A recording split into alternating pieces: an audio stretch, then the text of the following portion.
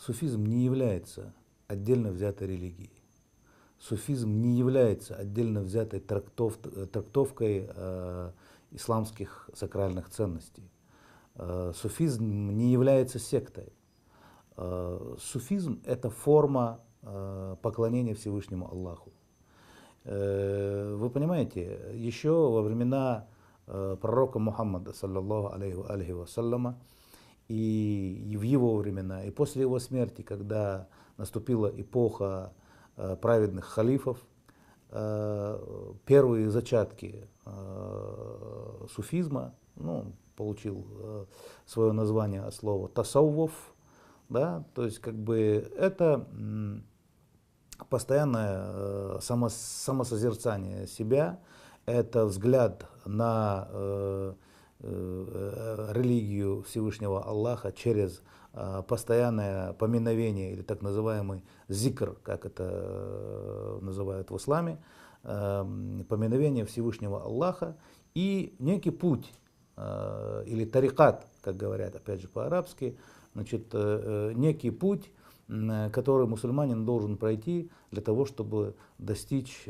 состояния авлия, то есть состояния или хотя бы состояния мюрида, где есть свой устаз, то есть есть некий учитель, который наставляет свое сообщество.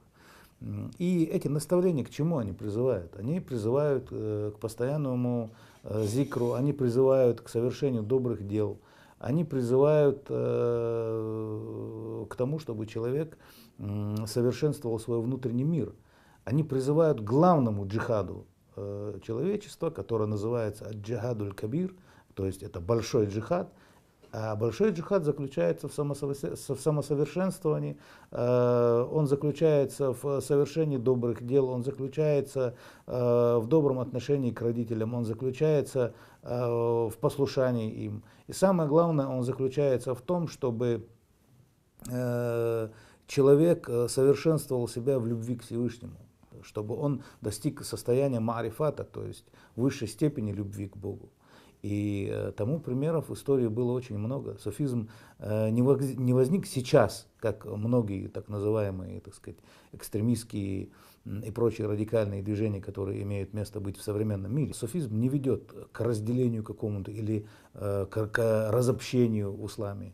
Более того, скажем, у суфизма, который имеет место в Чеченской Республике, есть одна очень важная объединяющая традиция.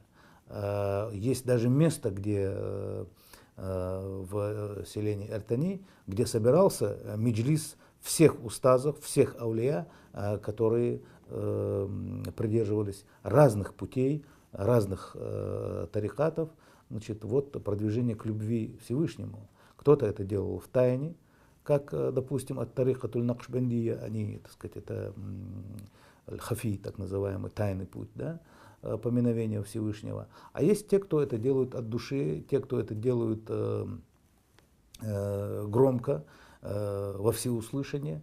И, так сказать, от этого есть огромное количество людей, у которых укрепляется иман или вера от того, что они, так сказать, либо сами участвуют в групповом зикре, либо присутствуют при этом действии.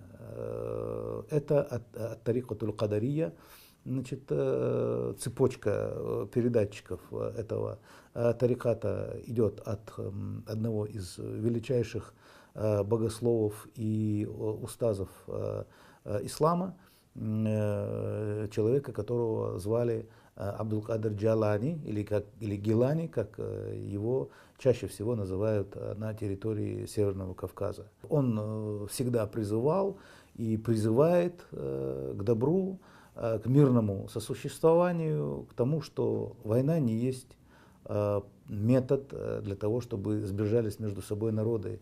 И война не есть путь самосовершенствования мусульманина, который, проживая одну жизнь, которая называется сегодня, когда он жив, это хаятуль дунья, то есть жизнь на этой земле. Вторая жизнь, которую он должен прожить, это жизнь могильная, хаятуль барзах. Ну и третья, это уже вечная жизнь, либо в раю, либо, соответственно, так сказать, в гиене огненной. Есть, так сказать, некий геополитический мир, где главным, так сказать, божеством является доллар, где главным божеством является нефть, да? А у мусульман, и в частности вот у суфиев, суфизм это одно из классических разновидностей ислама, это одна из ипостасей ислама. Вот. Есть, значит, он призывает к тому, чтобы было поклонение единому Аллаху. Он призывает к тому, чтобы люди находились в состоянии тавхида, то есть единобожия.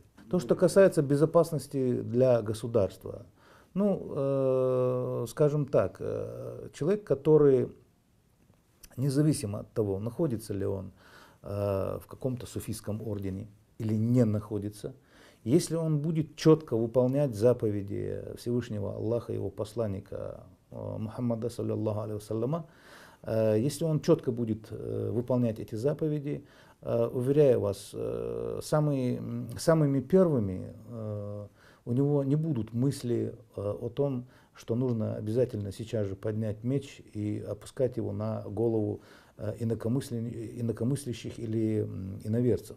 Любому молодому человеку, прежде чем задуматься о том, в какой степени джихада он должен приблизиться к Аллаху, ему, во-первых, нужно иметь знания, во-вторых, укрепиться на этом знании, иметь вероубеждение, и только после этого он должен быть уверен в своих шагах. Президент России Владимир Владимирович Путин в день, когда он приехал сюда, в Чеченскую Республику, после парламентских выборов в 2005 году, он четко и ясно сказал в одном из своих заявлений, во время своего выступления, он сказал, что Россия является самым главным союзником ислама, что Россия является самым главным защитником его интересов. Вот. И, конечно, эти слова были очень символичные и для чеченцев, и вообще для мусульман всего мира. И после этого, день за днем, Чеченская Республика становится крупнейшим исламским культурным центром мира.